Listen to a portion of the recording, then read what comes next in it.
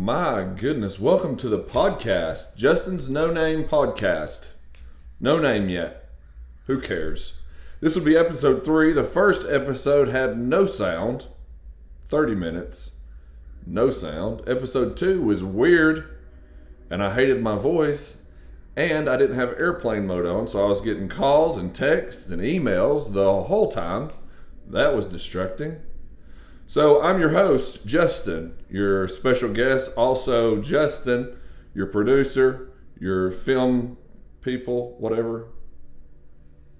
I'm here. So we're going to go through me, my favorite subject, and I'm sure your favorite subject too. This is going to be great. It's going to be a very off-the-chain episode because we're discussing moi. So, from the beginning, I did terrible in elementary school. We couldn't figure out why. We thought it was the teachers, the school. We swapped schools. We swapped teachers. Still did terrible no matter where we went. I was never good enough. Second grade, I got put in the class with what we used to call the R word. So I was in the special class. We were building blocks and ink blot tests, and I think they were just trying to figure out what was actually wrong with me. Not sure they ever did, so we moved schools. The new school, I was also put in what we called Chapter 1 with the special kids. That was a good time. I'm not sure what took place, but they ended up sending me to a psychologist in Hickson, Dr. K, who was a really cool guy when I was a kid. Went to see him as an adult, and it was super awkward. But he determined that I had ADHD in the 5th grade and put me on Ritalin, which was super cool. So I went from an F student to an A student, which was great, outside looking in. When we went to Race Central in 7th grade, I got put in first track with the smart kids. Not real sure why. I guess because my grades had improved and they felt bad for me. But the trade-off for making A's was me on medication as a zombie. So from 5th grade to 10th grade, I was a walking zombie on medication. Wouldn't speak, wouldn't talk, wouldn't eat. Was alone for 5 years. I was alone at school. I was alone at home. I was just me and my thoughts, which usually weren't good because at some point I started physically harming myself because I thought everybody hated me, which is kind of still true. So those thoughts are still there, but I don't punch myself in the face anymore. This face is way too pretty to be punched. It's a joke. Just kidding. I really don't think I'm pretty. So in 10th grade, I decided to get off the medication and become a normal civilian.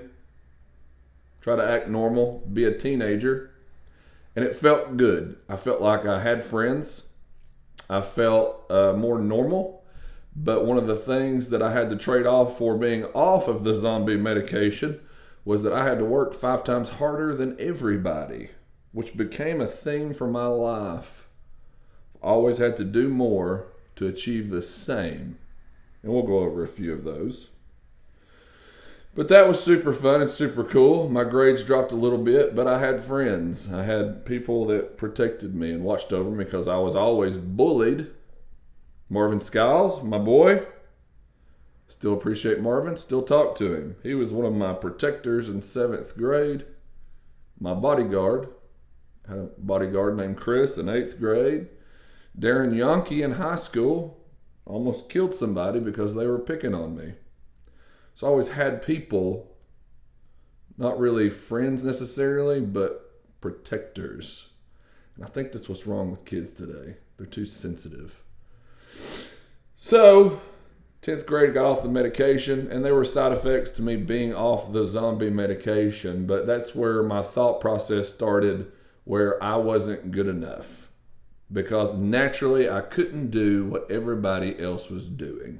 I had to put in more effort, more work, more hours. I was in track. Took that mindset to track also. Ran every morning at 6 a.m., 5 miles. Even as a high schooler, that was awkward. In the off season, still did it. Band, the same thing. I was terrible in band. I was third chair, but I still had to practice every single day, 30 minutes. Even though everybody else was just out hanging out, drinking beer. I'm just kidding. I don't know that anybody drank beer in high school. Anyway, awkward. So my mindset of people not liking me and not being good enough was always there. In 11th grade, this is one of the first instances where somebody physically told me that I wasn't good enough. It was Mr. Vargas' Spanish class, and in front of the entire class, he told me that I was the laziest student he's ever had. Meanwhile, me putting in 5 times the effort in every class that I had, and that I wasn't going to make it anywhere in life. Pretty impressive to say to a child in front of a class, and that he hoped that my grandparents were rich because that's the only way I was ever going to make it. Well, they weren't rich. They still ain't rich. But that's been a theme through my whole life. So, after high school, I went to Chattanooga State, where I still was not good enough. Did terrible.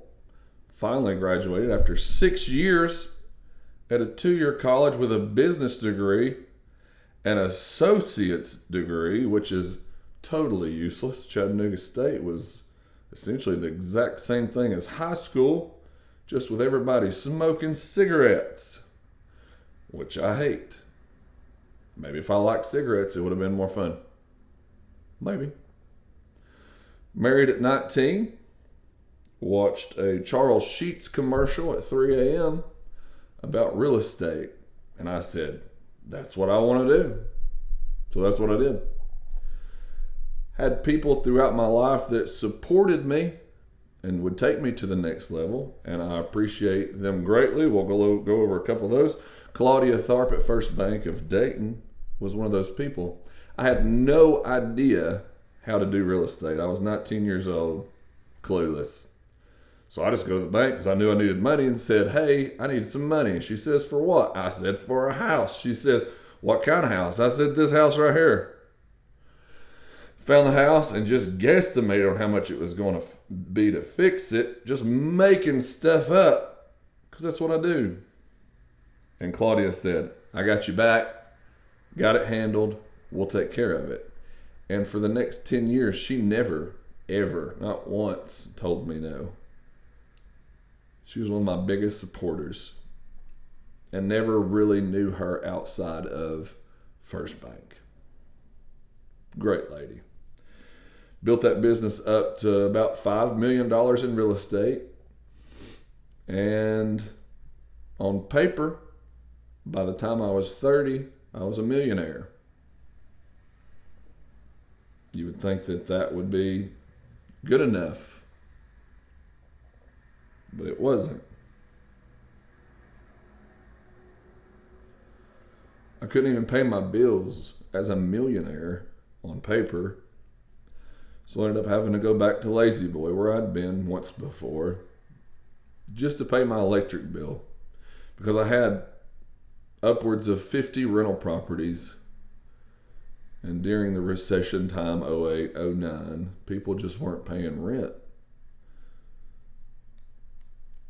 And it was tough having to know I've achieved everything that I thought was going to make me successful, and I'm still working in a factory, which also caused my family to fall apart. And in my head, it was because I wasn't good enough, because that's the thought process that I had had since I was a kid.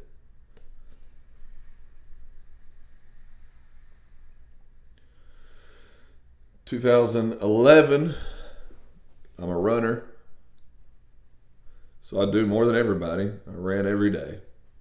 I wanted to run a Strawberry Chase, which is kind of, honestly, stupid. So I would run double the miles. Instead of 3 miles, I would run 6 miles every single day, sometimes in the rain. sometimes twice a day, depending on where my depression was.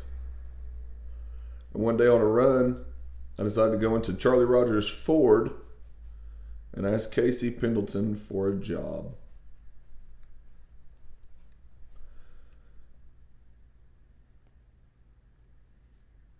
Casey's one of those people that supported me and told me I was amazing, that I was great, that I was good enough. And he don't know it, and this is super awkward, but Casey changed my life. He gave a lazy boy factory worker with a failed relationship and a failed real estate company a chance in a business that I had no business in. I had read a book in 2004, Rich Dad, Poor Dad, and there's a section where he talks about a car lot. And I always wanted a car lot, and once before I tried to open a car lot, but the state sent my paperwork back and said, "You're not good enough." So Casey gave me the opportunity that changed my life.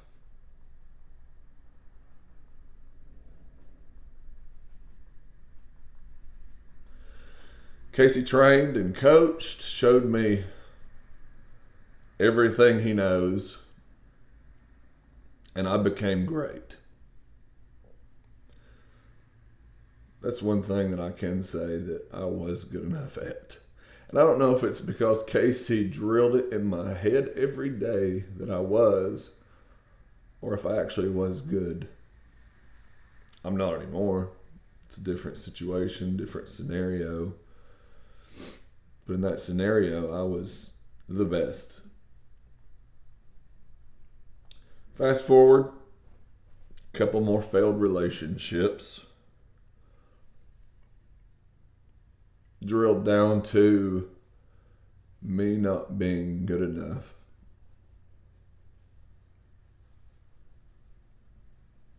Still.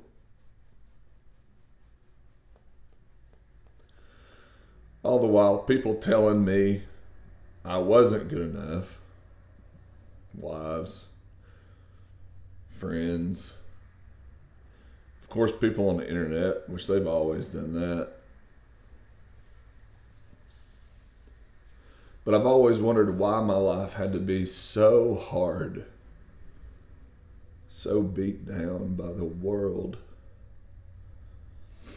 So I've just got used to it. Used to people leaving. Used to people telling me I'm not good enough. Some cases actually not being good enough. Which sucks. Till 2023, probably one of the worst years of my life financially. The business was successful. I made a lot of bad decisions. We won't go into those decisions, but I did, and I struggled. And I felt like it was just because I wasn't good enough. And then December 5th, one of my favorite people, Patrick Bet-David, put out his book, Choose Your Enemies Wisely. I just finished that book this week. But since I picked up that book, I have been on fire like never before. It's been a long time, but it feels so good. During one of the worst points of my life, and it's still bad, but I'm fired up. Because in the book, he talks about choosing your enemies wisely. He talks about Michael Jordan and Kobe Bryant and Tiger Woods. All these people had three things in their lives. One, they had someone that showed them unconditional love, and I have that. My parents have loved me regardless of where I was at, what I had, or what I'd done. Two, They had someone that they showed unconditional love that didn't show it back. And I've had plenty of that. And number 3, they chose their enemies wisely.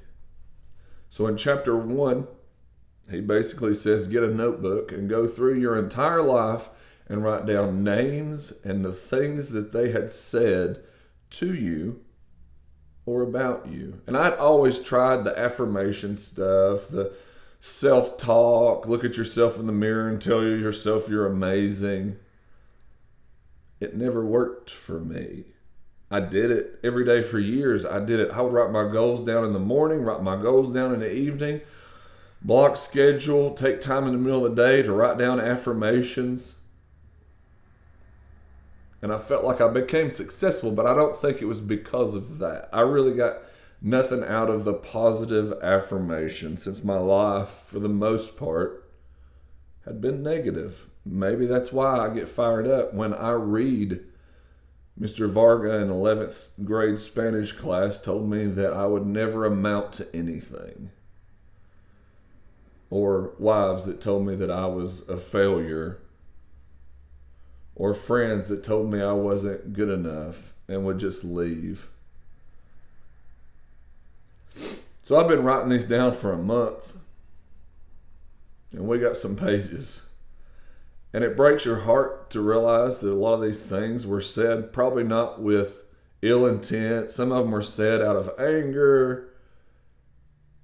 But to me, it just motivates me to success.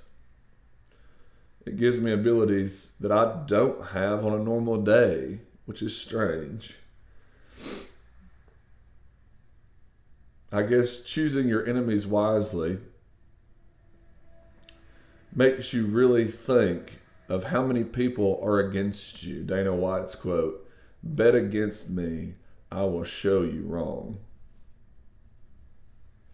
So all these people have bet against me my entire life, and that just motivates me more than anything that I've ever had ever. So 2024 is going to be amazing. I read some of y'all that's even watching this, probably your names may be in my notebook, but you'll never know. You may not even remember what you said to me, but just know that it motivated me to be who I am and to do what I'm fixing to do. 2024 is going to be amazing. And the message that I would put out today is, you are good enough.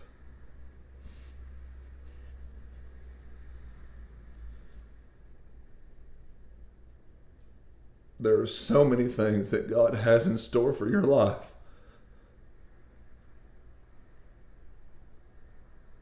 That you're closed off to.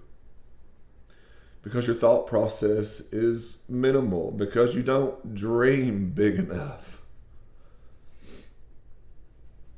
I didn't mean it to become a cry fest. Lord Jesus. These podcasting's tough, bro. Anyway, love you guys. This was a short podcast. Thank God. Hopefully it gets posted. I will for sure not edit this podcast because yesterday I was listening to it and I just deleted the whole thing. I hate my voice. I hate my face. I hate my little shirts. Love you guys.